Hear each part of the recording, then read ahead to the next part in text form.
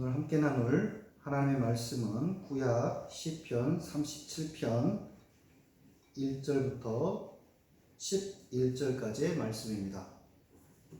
구약 시편 37편 1절부터 11절까지의 말씀을 제가 봉독해 드리겠습니다. 악한 자들이 잘 된다고 해서 속상해하지 말며 불의한 자들이 잘 산다고 해서 시새워하지 말아라. 그들은 풀처럼 빨리 시들고 푸송기처럼 사그라지고 만다. 주님만 의지하고 선을 행하여라. 이 땅에서 사는 동안 성실히 살아라. 기쁨은 오직 주님에게서 찾아라.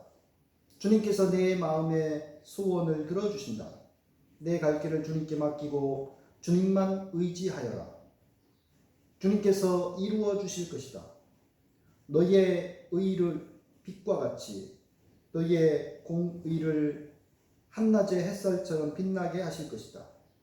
잠잠히 주님을 바라고 주님만을 애타게 찾아라.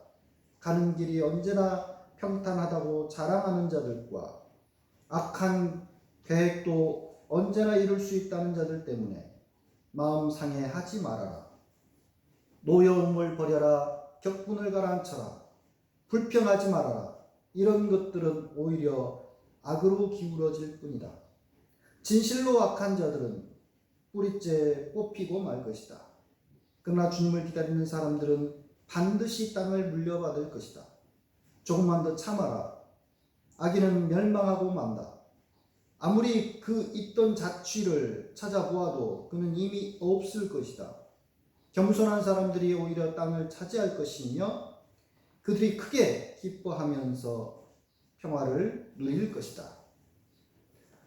오늘 이 예배에 함께 하시는 모든 성도들에게 주님의 은혜와 평강이 가득 임하는 시간이 되기를 기원합니다. 내일 모레면 5.18 광주민중항쟁 41주기가 됩니다. 이렇게 40여 년의 세월이 흐르는 동안 이제 5.18의 생생한 기억도 점차 빛이 바래고 가고 있는 것이 아닌가 염려스럽습니다. 세월호 참사가 그렇다시피 이 5.18에 대해서도 이제 좀 그만 좀 해라 라고 말하는 자들이 있습니다.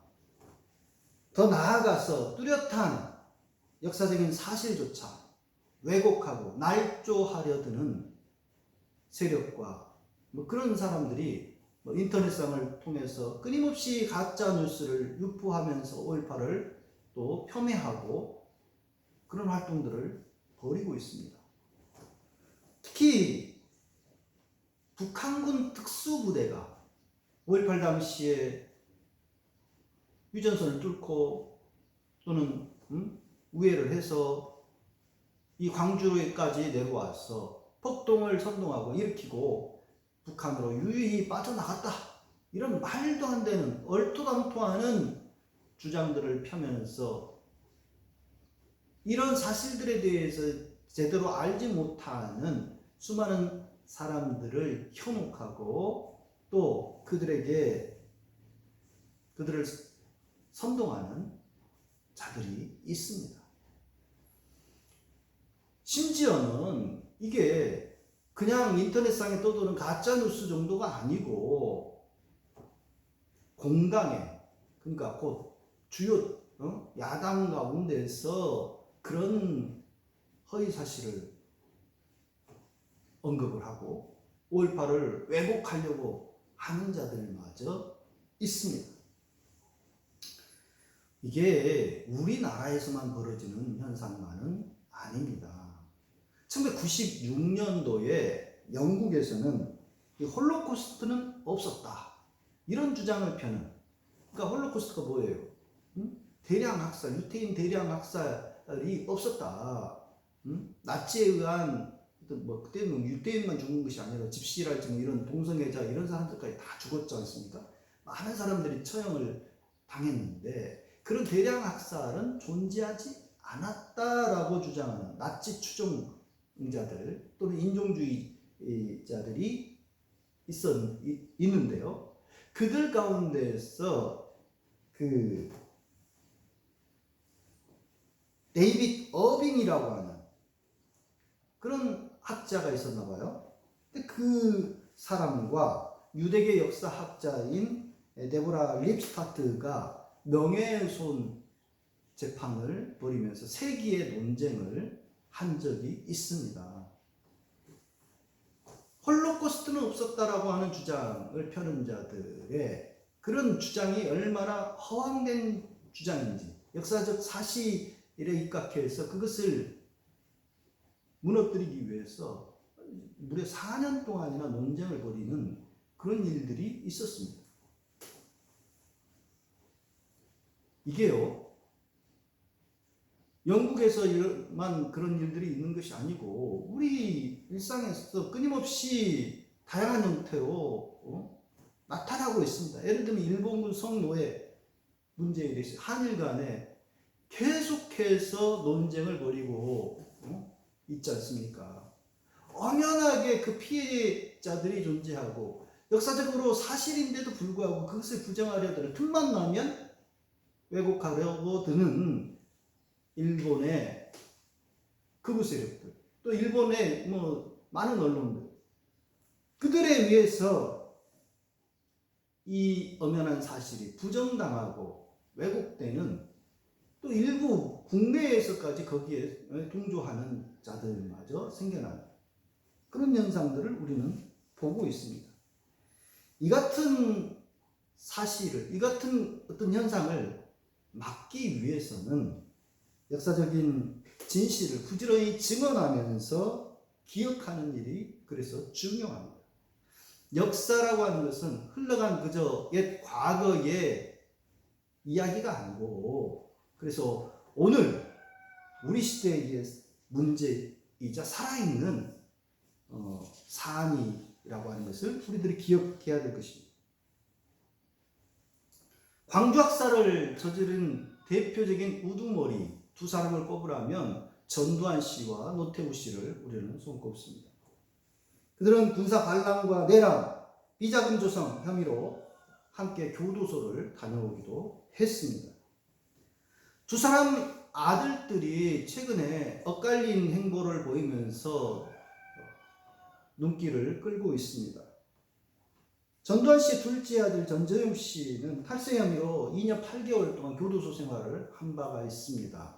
근데 교도소에서 아마 종교방이었던 걸로 이렇게 알려져 있는데 그쪽에서 누가 찬송가로 불렀나 보죠. 근데 그 찬송가 소리에 감동을 해가지고 신앙생활을 더 열심히 하게 됐고, 이제 신대원에 진학을 해서 목사가 되겠다라고 올 초에 신대원에 진학해서 지금 공부를 하고 있다고 합니다.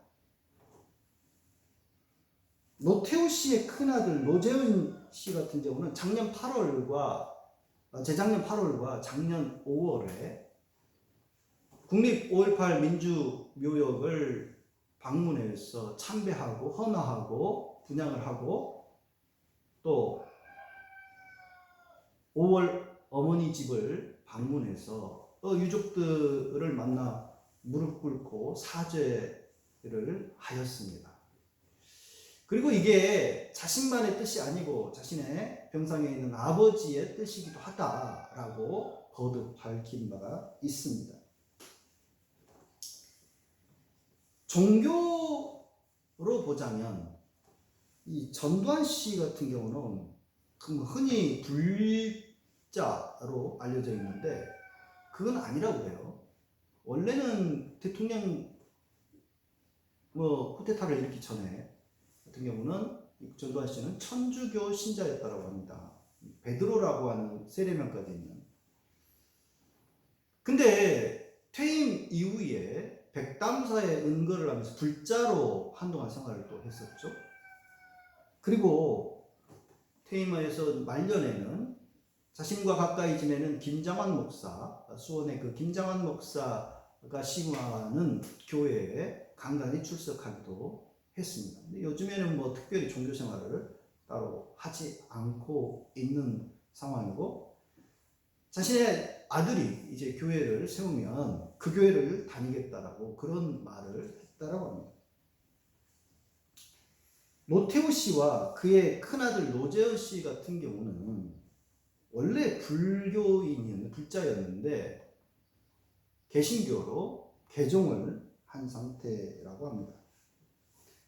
정치인들 종교야 오락가락 하기 때문에 크게 저는 신뢰를 하지는 않습니다만은, 전두환 씨와 노태우 씨의 두 아들의 경우는 같은 지금 개신교이면서도 상당히 다른 행보를 보이고 있기 때문에 흥미롭지 않나 그런 생각을 해보았습니다.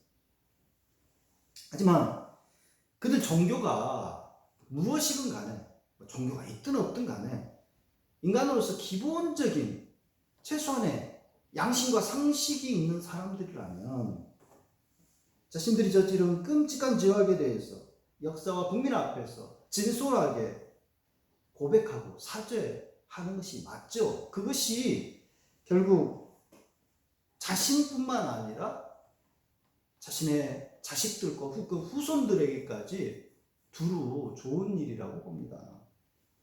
가려진 죄악은 고사하고라도 이미 드러난 법적 그런 심판이 끝난 그런 사건들에 대해서만이라도 인정하고 겸허히 사죄한다면 우리 한국 사람들은 정문하지 않습니까? 그만큼 마음이 또 착해요. 진솔하게 사죄하는 사람을 누가 그걸 받아들이지 않겠습니까? 그래서 그동안 광주 시민들의 그 억울한 응어러진 한이 그걸 통해서 어느 정도 풀리고 또 이 사회의 정의가 바로 선다면 두루 좋은 일이 될 텐데, 전두환 씨 같은 경우는 9순이 넘는 지금 노인이고 그럼에도 불구하고 그날에 대한 거짓된 주장을 되풀이하면서 현재까지도 1천억 원에 달하는, 그러니까 정확하게 970억 원 정도나 되는 그 거액의 추징금을 여전히 돈이 없다면서 납부하지 않고 있습니다. 노태우 씨 같은 경우는 진즉 납부를 했지 않습니까?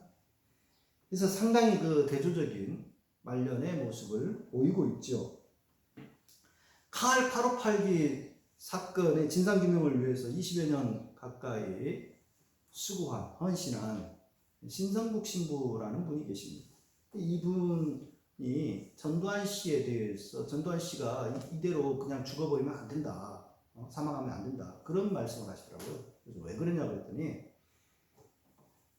그대로 죽어버리면, 사망하면 칼 8582 사건, 그 다음에 그 이전에 버마 아웅산 폭발 사건, 이런 그때 전두환이 집권하던 당시에 벌어졌던 숱한 의문의 사건들의 진상이 가려지고 묻혀버릴 가능성이 있다라고 하는 거예요. 그렇게 볼 수도 있겠다, 일리가 있다, 그런 생각을 해봤습니다. 온전한 정신과 생명이 남아있는 동안 자신이 저지른 학살에 대해서 진솔한 고백과 참회가 분명히 있어야 될 것입니다. 그래서 이 사회를 좀 더 건강하게 좀 나아가도록 만드는 것이 그의 남은 과제가 아닌가 싶습니다. 전두환 씨 같이 떵떵거리며 살아가는 모습을, 그런 사람들이 살아가는 모습을 보면서 낙담하고 속상해하는 사람들이 많습니다. 과연 저런 자들이 저렇게 살아가고 있는데 하나님이 살아계시는 거 맞냐? 이런 의문을 문득 품는 신앙인들도 있습니다. 더 나아가서 악인들이 잘 사는 모습을 부러워하는 자들마저 세상 속에는 있습니다. 그들을 본받아 추종하고 따르려고 하는 자들이 있습니다. 그런데 시편 37편 시인은 악한 자들이 잘 된다라고 해서 속상해하지 말며 불의한 자들이 잘 산다라고 해서 시세워하지 말아라. 그들은 풀처럼 빨리 시들고 푸성기처럼 사그라지고 만다라고 일갈합니다. 며칠 전 콩밭을 일구기 위해서 풀밭을 개간을 했습니다. 풀이 거의 무릎까지 크게 자라는 곳이었는데, 제가 풀을 베어놓고 한 사흘 뒤에 다시 가보니까 풀들이 누렇게 그만 시들어가지고 있더라고요. 성경은 우리 인생을 풀과 안개에 자주 종종 비유하곤 합니다. 싱그럽던 그 풀들도 때가 되면 어떻게 됩니까? 다 시들어서 없어져 버립니다. 또 온 사냐를 가득 메우던, 그래서 앞이 보이지 않을 정도로 그렇게 가득 차 있던 이 안개도 해가 반짝 떠오르면 다 어느덧 언제 그랬냐는 듯 싹 사라지고 없어집니다. 우리 시야가 좁고 마음이 너무 조급해서 그렇지, 정한 때가 되면 이 땅에 무너진 정의도 공의도 바로 세워질 때가 온다라고 하는 것입니다. 광주 5.18이 국가기념일이 될 줄 누가 알았습니까? 또 이렇게 5.18 민주항쟁이 특별법이 제정돼서 제대로 평가받으리라고 그 기나긴 세월 동안 사실 투쟁하면서 확신하고 그렇게 한 사람도 그렇게 많지 않았습니다. 그러나 하나님께서는 그것을 이루신다라고 하는 사실을 오늘 우리들이 돌이켜보면 더 확연히 느낄 수가 있습니다. 5월 광주 어머니로 알려진 안성래 장로님이라는 분이 계십니다. 이 안 장로님은 5.18 당시 광주 기독병원 수간호사, 곧 감독 간호사로 근무하고 있었습니다. 남편은 유명한 분이죠. 명노근 교수, 전남대 영문과 명노근 교수님이십니다. 명 교수님은 시민수습대책위원회 활동을 그때 당시에 하고 있었죠. 그러니까 이들 부부는 5.18 당시 그 생생한 현장에서 한 사람이라도 더 생명을 더 구하기 위해서 동분서주했던 것을 알 수가 있습니다. 안 장로님은 세월호 유족 10사람이 서울에서 팽목항까지 걸어서 또 광주 금남공원까지 왔을 때에 그 환영사를 맡았는데 그분들에게 꼭 들려주고 싶었던 말이 있었다고 합니다. 근데 차마 들려주지는 못했다고 그래요. 무슨 말씀이었냐면, 오직 당신들 뿐이다. 그런데 이것은 시간이 많이 걸린다. 지치지 말고 다시는 이런 불행이 없도록 오래오래 투쟁해라. 그런 말이었어요. 근데 그 유족들이 너무 지쳐있는 모습에 차마 그 말을 꺼낼 수 없었다고 합니다. 근데 이 말씀은 안 장로님의 살아오면서 생생하게 겪었던 그 경험에서 우러나온 이야기예요. 5.18 특히 관련해서 이 안 장로님이 애를 쓰면서 오늘에 이르기까지 많은 기여를 했습니다. 광주에서 금남로하고 가장 가까운 병원이 어디입니까? 전대병원과 조대병원 아닙니까? 근데요, 희한하게도 21일, 그러니까 80년 5월 21일 집단 발표가 있던 날, 그날이 석탄일이었답니다. 그래서 공휴일이라 다들 쉬게 되었고 병원이 제대로 가동하고 있는 곳은 광주 기독병원이 거의 유일했다고 합니다. 기독병원 같은 경우는 5.18부터 거의 풀가동을 하면서 비상체제로 그렇게 근무하고 있었다고 해요. 그래서 부상자들이 계속 실려오기 때문에 한 사람이라도 더 고치기 위해서 예수 정신으로, 기독 정신으로 한 사람이라도 살려내기 위해서 온 직원이 아침마다 기도하면서 그렇게 헌신을 했다라고 합니다. 다 직원들이 헌혈하고 또 수술실도 늘리고 그렇게 하는 21일 날 특히 총상 환자들이 엄청나게 많이 왔다라고 해요. 기독병원이 좀 외진데 있지 않습니까? 그럼에도 불구하고 거기밖에 없었기 때문에 이 기독병원에 이렇게 많은 그 환자들이 그 충상을 당한 그런 시민들이 온 것이죠. 교회들도 긴급 구호 물품을 그때 당시에 보내오고 또 시민들도 너나 없이 헌혈에 동참하면서 그렇게 많은 사람들이 총을 맞고 다치고 했는데도 불구하고 상당히 많이 그래도 치료가 되고 그랬다라고 합니다. 근데 아시다시피 광주는 80년 5월로 끝난 사건이 아닙니다. 이후에 기나긴 끈질긴 투쟁을 거쳐서 오늘에 이른 것이죠.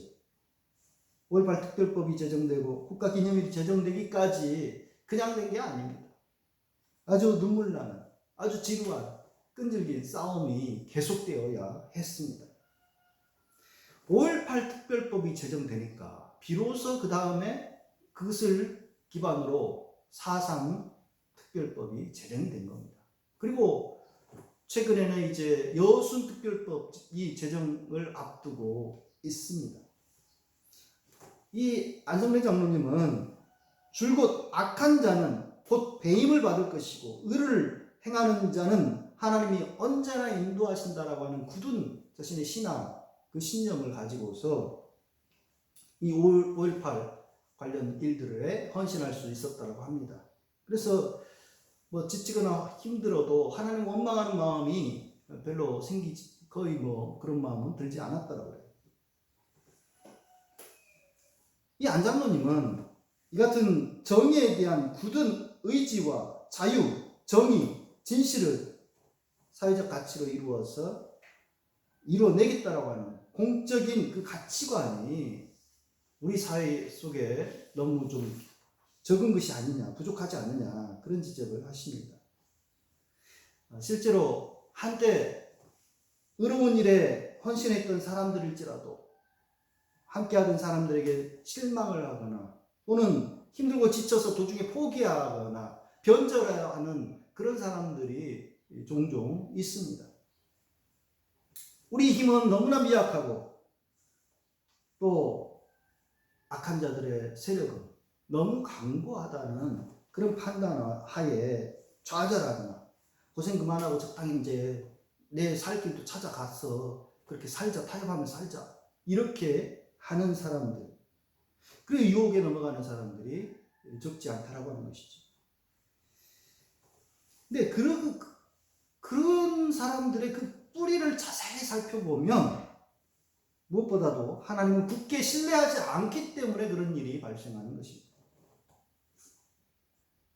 주님께 갈 길을 맡기지 않고 자신의 힘과 의지, 분노로, 혈기로 그 일들을 하려다 보니까 지치고 넘어지고 유혹에 넘어가고 그런 일들이 발생한다라고 하는 것이죠. 다시 말해 신앙을 잃고 간사한 자신의 마음과 싸우다가 지쳐버린 결과가 그렇게 된 것입니다. 오늘 시편의 시인은 이 같은 사람들의 상태를 내면의 영적 위기라고 진단을 합니다. 그래서 회복에 필요한 지혜의 교훈을 주는데요. 이 시인은 불의한 자들이 잘 산다고 시세워도 말고 노여움을 버리고 격분을 가라앉히고 불평하지 말라라고 가르치고 있습니다. 또한 악한 계획도 언제나 이룰 수 있다라고 하는 자들 때문에 마음 상해하지도 말아라 라고 가르치고 있습니다. 하나님을 섬기는 우리 신앙인들이 해야 될 일은 주님만을 의지하고 그분에게서만 기쁨을 찾으며 주님을 애타게 기다리고 찾는 일이라고 하는 것입니다. 그러면 하나님께서는 우리 마음의 소원을 다 아시기 때문에 때가 되면 정의와 공정을 대낮같이 환하게 밝혀주실 것이다. 이런 말씀을 하고 있습니다. 예수님께서도 끝까지 견디는 자가 구원을 얻으리라고 그런 말씀을 하셨고, 야고보 선생도 불같은 시련이 닥치지만 그 시련을 이겨낸 자들만이 약속된 생명의 멸관을 얻을 것이다 라고 가르치고 있습니다. 조급하고 격정에 사로잡힌 우리들의 마음을 다잡아서 주님을 바라보며 평정심을 되찾아야 할 때입니다. 내 안에 기쁨과 평화가 없는데 어떻게 세상을 기쁘고 평화롭게 만들어갈 수가 있겠습니까? 시편의 다른 시인은 내 영혼아 잠잠히 하나님만을 기다려라. 내 희망은 오로지 하나님께 있다 라고 노래하고 있습니다. 우리 눈에는 비록 지체되고 늦은 것 같을지라도 하나님께서는 그 악한 자들의 악한 세력들을 반드시 뿌리 뽑을 때가 온다라고 하는 것입니다. 그리고 그분의 공의를 분명히 하나님은 세우십니다. 아브라함에게 약속하셨듯이 온유하고 겸손한 사람들이 이 땅을 차지하게 하셔서 주님의 공도를 반드시 세우는 날이 이른다라고 하는 것입니다.